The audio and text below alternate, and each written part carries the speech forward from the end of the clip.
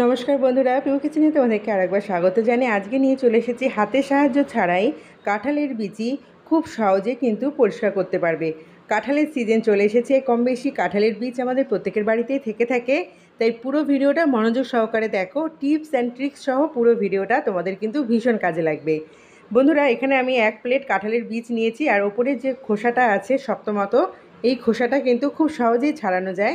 কিন্তু কাঁঠালের বীজের গায়ে যে একটা স্কিন দেখতে পাচ্ছ, ওই স্কিনটা কিন্তু অত সহজে ছাড়ানো সম্ভব নয়।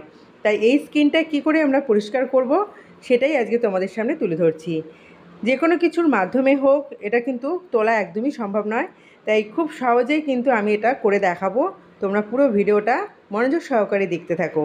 আশা করছি আজকের এই ভিডিওটা তোমাদের ভীষণ কাজে লাগবে। এরপর থেকে কিন্তু কাঁঠালের বীজ আর ফেলে দেবে না, যত্ন সহকারে রান্না করবে। ছাড়ানোর অসুবিধার কারণে কিন্তু আমরা অনেক সময় ফেলে দিই। বন্ধুরা, ছুরির সাহায্যেও কিন্তু এটা পরিষ্কার করা একদমই সম্ভব হচ্ছে না। মাত্র 5 মিনিটে আমি করে দেখাবো, এত সহজে তোমরা দেখলেই কিন্তু অবাক হয়ে যাবে। তো কি করে করলাম বন্ধুরা, মনোযোগ সহকারে দেখতে থাকো। তার জন্য আমার এখানে 2টো মিডিয়াম সাইজের লেবু লাগবে। একটা বাটি নিয়েছি, বাটির মধ্যে আমি একটা চামচ দিয়ে দিচ্ছি, তার উপরে আমি গরম জলটা দেব। অবশ্যই কাচের যে কোনো বাটি হোক না কেন, একটা চামচ দিয়ে নেবে বন্ধুরা, তাহলে কিন্তু ফট করে ফেটে যাবে না। এই টিপসটা কিন্তু মাথায় রাখবে, কাচের গ্লাস হোক অথবা কাচের বাটি হোক। এখন আমি এর মধ্যে একটা গোটা লেবুর রস দিয়ে দিচ্ছি।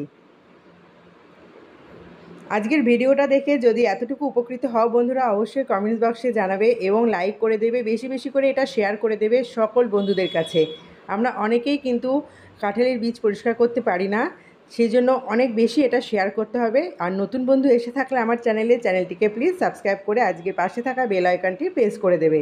কাঁঠালের বীজগুলো গরম জলের মধ্যে দিয়ে আমি আধা ঘন্টা মতো চাপা দিয়ে রেখে দেবো। আধা ঘন্টা বাদে আমি ফিরে এসেছি। এখন চামচের সাহায্যে কাঁঠালের বীজগুলো একটু নেড়ে চেড়ে দিচ্ছি। দেখো বন্ধুরা, এখনও কিন্তু খোসাটা ছাড়ানো সম্ভব হলো না, কিন্তু খুব সহজেই এটা ছাড়ানো যাবে। এখন একটা প্লাস্টিকের এরকম বোতল আমি নিয়ে নিয়েছি। এরকম সাদা বোতল সমস্ত বাড়িতেই আমাদের থাকে। সাদার জায়গায় তোমরা সবুজও নিতে পারো, যেটা তোমাদের হাতে অ্যাভেলেবেল হবে। বোতলের মধ্যে একটা একটা করে আমি এই বীজগুলো ঢুকিয়ে দেবো।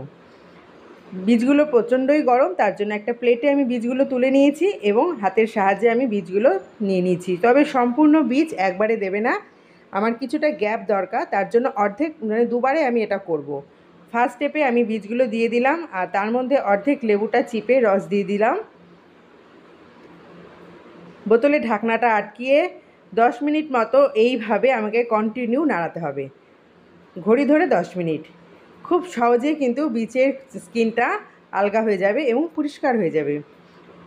মাত্র 10 মিনিট সময় লাগলো আমার এই টোটাল বীজটা পরিষ্কার করতে।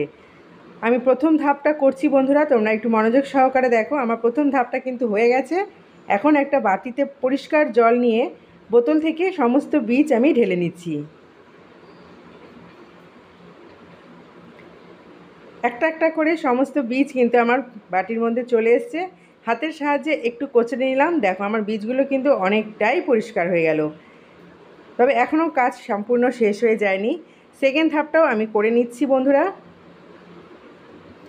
আবারও আমি ঠিক একই রকম পদ্ধতিতে বোতলটা ধরে ঝাঁকিয়ে নিয়েছি এবং বোতলের গায়ে খোসাটা লেগে আছে, তোমরা দেখতে পেলে। একই রকমভাবে আমি এই বীজগুলো বাটির মধ্যে নিয়ে নিচ্ছি। এখন 4 থেকে 5 বার পরিষ্কার জল পাল্টে পাল্টে আমাকে বীজগুলোকে এরকম কচলে কচলে ধুতে হবে। 4-5 বার ধোয়ার পর কিন্তু বীজগুলো একদম পরিষ্কার হয়ে যাবে। দেখো বন্ধুরা, আমি কিন্তু অনেকবার এখানে করেছি, তোমাদের সামনে তুলে ধরেছি। পরিষ্কার জলের মধ্যে এরকম কচলে কচলে যতবার ধোবে বন্ধুরা, প্রত্যেকটা জলেই কিন্তু খোসাটা তোমরা দেখতে পাবে। আর জলটা পাল্টে নিয়ে নিয়ে এটা করতে হবে। আশা করছি আজকের এই ভিডিওটা তোমাদের ভীষণ কাজে লাগলো। আর অবশ্যই বেশি বেশি করে শেয়ার করে দেবে। দেখো কতটা সুন্দর পরিষ্কার হয়ে গেছে এবং রান্না করার জন্য কিন্তু একদম পারফেক্ট হয়ে গেছে। তো চলো বন্ধুরা, এরকমভাবে কাঁঠালের বীজই তোমরা পরিষ্কার করে নাও এবং কাঁঠালের বীজ দিয়ে নানান রকম রান্না তোমরা বাড়িতে করে নাও। খুব শীঘ্রই আমি কাঁঠালের বীজের রেসিপি তোমাদের সামনে তুলে ধরবো বন্ধুরা। আজকের মতো এখানেই বিদায় নিচ্ছি। চলে আসবো নতুন একটা ভিডিও নিয়ে। ভালো থেকো, সুস্থ থেকো, আমাকে সাপোর্ট করে